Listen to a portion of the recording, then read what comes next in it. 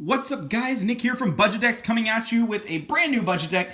Today we're going to be doing Monarchs.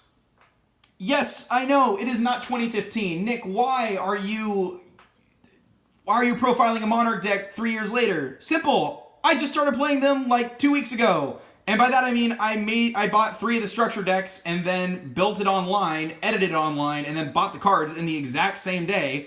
And here we are 2 weeks later with what I feel is my favorite build of Monarchs ever. I have seen your domain Monarchs. I have seen your OTK Monarchs. Trust me on this. Those are good. Those are powerful. Those will win you games. But none will make you rage. Well, I feel none will make you rage as much as my brick Monarchs will.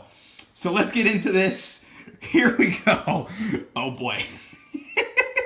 One Ether, the Heavenly Monarch. Obviously the one Ether because it's at 1. Really good effect to special summon. Whoop, bumped my camera there. Really good effect to special summon 1 Monarch from the deck. And then it bounces back to your hand on your end phase. Plus, just pitching the 2 Monarch Speller Traps to the grave is really, really good. Oh my god, I'm sorry. I keep hitting my camera. So after the 1 Ether, we play 2 Araiza, the Mega Monarch, and you're going to be like, whoa, wait a minute, Nick, why are you playing Araiza? Simple. Araiza is amazing. Not only does he not have as much text to read on his card, but, my friends, he puts 2 cards on top of your opponent's deck and or your deck if you really need to top deck that Pantheism or something.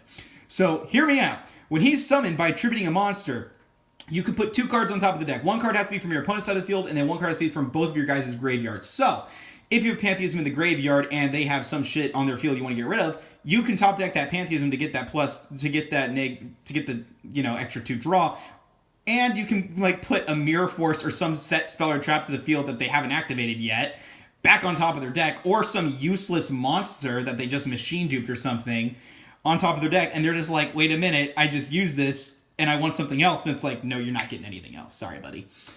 Really? Online, there's been a lot of, like, connections gone because of this mother trucker right here, this Rise of the Mega Monarch. Oh my god, I had one today. The guy quit so fast. It was great. First turn, it was first turn surrender. Nothing better than that. Nothing sweeter. Nothing sweeter. So let me move these assholes out of the way. There, gotta get the... Okay, yeah, put that over there. All right. So next, I play 3 of the obvious choice. Erebus, the Underworld Monarch. He is obviously really, really good, simply because he does that discarding from your opponent's hand, giving them an immediate... Especially going first, he's really good because they start with 5 cards. It's really good. Plus, pitching the 2 spell traps is not too bad. So after Erebus, who is our boy, by the way, gotta love Erebus. Great, great card. We go back to that bouncing cards back into the opponent's hand. Araiza, the Storm Monarch, we play 2 of him. Just because, really quick note I wanted to add, if you tribute Araiza for Araiza, the Mega Monarch, he actually does an extra bounce on top of that. You can return that additional target back to the hand, which is pretty good. So instead of bouncing 2, he bounces 3. Not too bad. And plus, this guy himself bounces 1 from the field, from your opponent's field to back to their top of the deck. Which again, God, such a great effect. God, great effect. Then I play 1 Mobius, the Frost Monarch. Just because in my local circuit, no one really plays back row. So even in you don't really see things like Twin Twisters or even Mystical Space Typhoon really, because no one we play against plays with back row. No one plays artifacts. No one plays...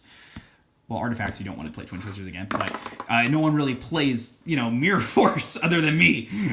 So, yeah, that's why he's at 1. Otherwise, he'd probably be at 2 if I really needed the back removal. And then last but not least, for the Monarchs, we have Caius, the Shadow Monarch. Just 1 of him. The Banish effect is just that extra spot removal that you need, or if you want to give them that extra burn damage if they're playing a dark deck. You can, of course, switch any of these Monarchs out with whatever level 6 Monarch you like more. They all cost relatively the same, between about 18 to 30 cents. So financially, it won't cost you too much more as long as you go with the lower rarities, like I did. And they're all really good in their own right, just whatever works within your circuit. Some target destroy, some destroy back row, some pop back. Like, honestly, what these little guys are all up to you and how you want to do them. This is just how I do it. So anyway, sorry, I'm going on tangents. I just really like this deck, but I also want you to know that you're not constricted within how I built it. Like, there's a lot of ways to build this deck. Now we're going to go into the staples of Monarchs, which is 3 Edia, the Heavenly Squire. You have to kind of play 3 Edia because its effect is just too good. It special summons Eidos from the deck, and when he is removed from the field, you get a banished card back from your banish zone into your hand, a la Pantheism, and that's just an excellent, excellent effect. So speaking of Eidos, we do play 3 of him. Like I just said, he's really good to get that tribute material out, simply because 3 of him, just an extra thing. When he's summoned, he does get the extra normal summon for a tribute summon monster, which is absolutely fantastic. Absolutely fantastic. And plus he banishes himself to special summon a monster from the grave. Anyway, then we play 3 Mithras, the Thunder Vassal. 3 Mithra is really good in my opinion. I first started with 1 Mithra, and that summoning of the token to the field, I originally thought was a bad idea because then I couldn't, run into it. But if I summon Caius off of this, I just get rid of the token anyway. Or if I summon anything, really, I spot remove the Caius, or not the Caius, the token off the field, and they have an open field. It's not too bad. Also, when he is tribute summoned, you can then tribute summon another tribute summon monster from your hand. Just a really good effect. Plus, he can be targeted by Eidos' revival effect, and you can reuse that effect over and over again. It's really, really excellent in all honesty. Absolutely love it.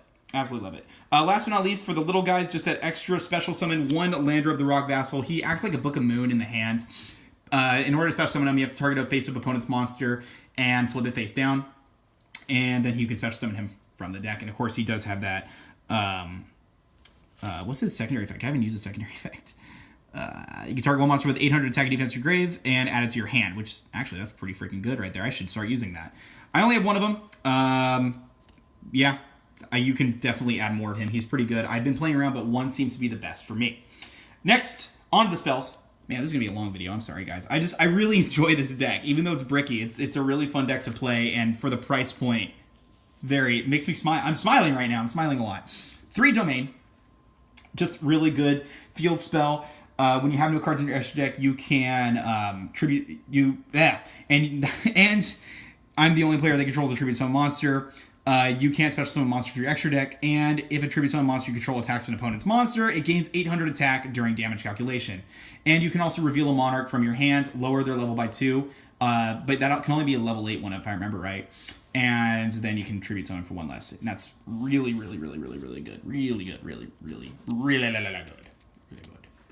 Then we're going to play 3 Return of the Monarchs. So, fun story.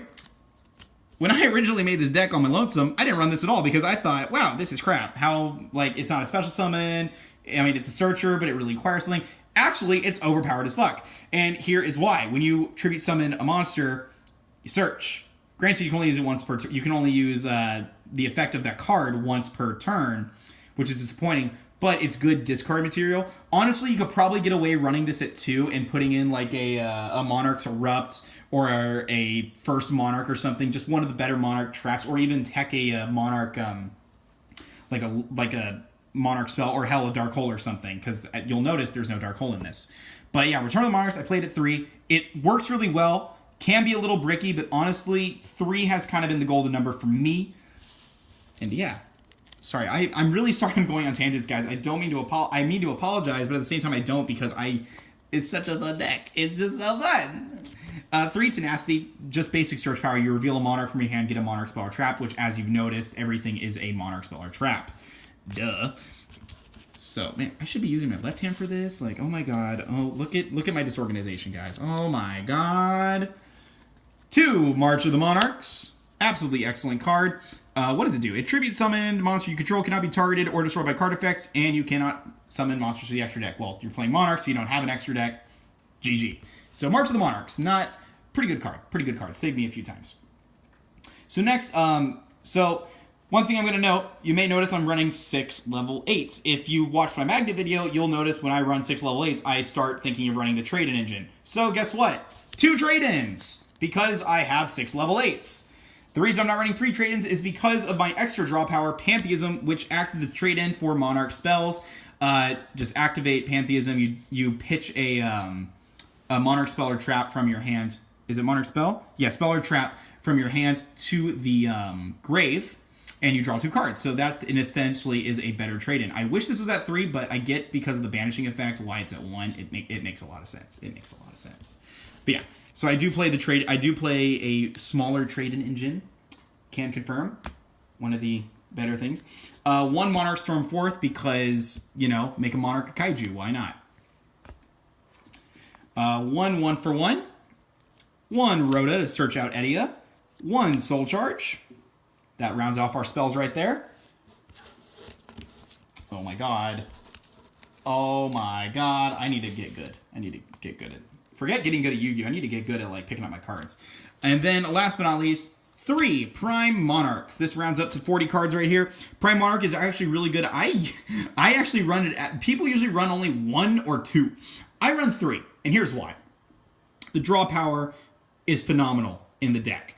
You need the draw power in this version of Brick Monarchs just because you can get some really shit hands. Basically, once per turn, you can shuffle 2 Monarch spell traps from your grave back into your deck to draw 1.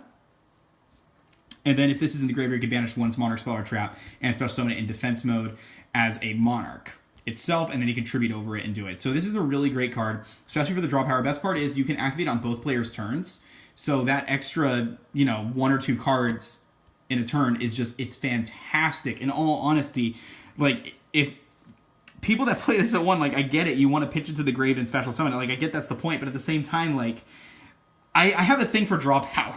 I love me some draw power. That's why I have trade-in, that's why I have the Pantheism. Searching's good, but sometimes just draw power is just a little bit more. So anyway, guys, that was my Monarch deck. Normally, I hope you guys like it. I know I'm bumbling on my words. One quick note that I do want to say, kind of as like a PSA for, I don't know how your people are when you duel, but when you have cards that summon tokens, like, let me see if I get the guy. I am not going to dig through my pile of cards right now. When you have a card that summons a token, you should, you know, have some freaking tokens you can use for your freaking deck. Because I have friends, they put like a quarter on the field for tokens, which works. It works, but it pisses me off a little bit. It's like, it grinds my gears just a little. So, for reals though, the Lightning Vassal, he summons a token. For the love of God, this literally cost a penny. Or put a card in reverse, and like, or here's a novel idea. Here, I'm going to show you what you could do for a token. Let's say you have a card. Let me go. Hold on one moment. Hold on a moment. Let's just say you have good old level leader here. All right, and it's like, oh, I don't want to take him out of the sleeve. Here, you want a token? Here we go. You sleeve the token. You put it upside down. There's a freaking token. That's all it takes, guys. That's all it takes. Just get I have card sleeves up the ass over here. I can literally just be like, oh, look, there's another card sleeve. I got so many card sleeves. Like, fucking sleeve your fucking tokens. I don't know why that gets me on my jimmies so much. I'm sorry I'm ranting, but I have to rant a little bit. It gets on my jimmies. Anyway, guys, thanks for watching my Brick Monarchs video. Again, this deck only cost me $17.60. I really hope you guys enjoyed it. Thank you for watching, and y'all have a great rest of your day. And remember, never ever pay more than $1 for a Yu-Gi-Oh card.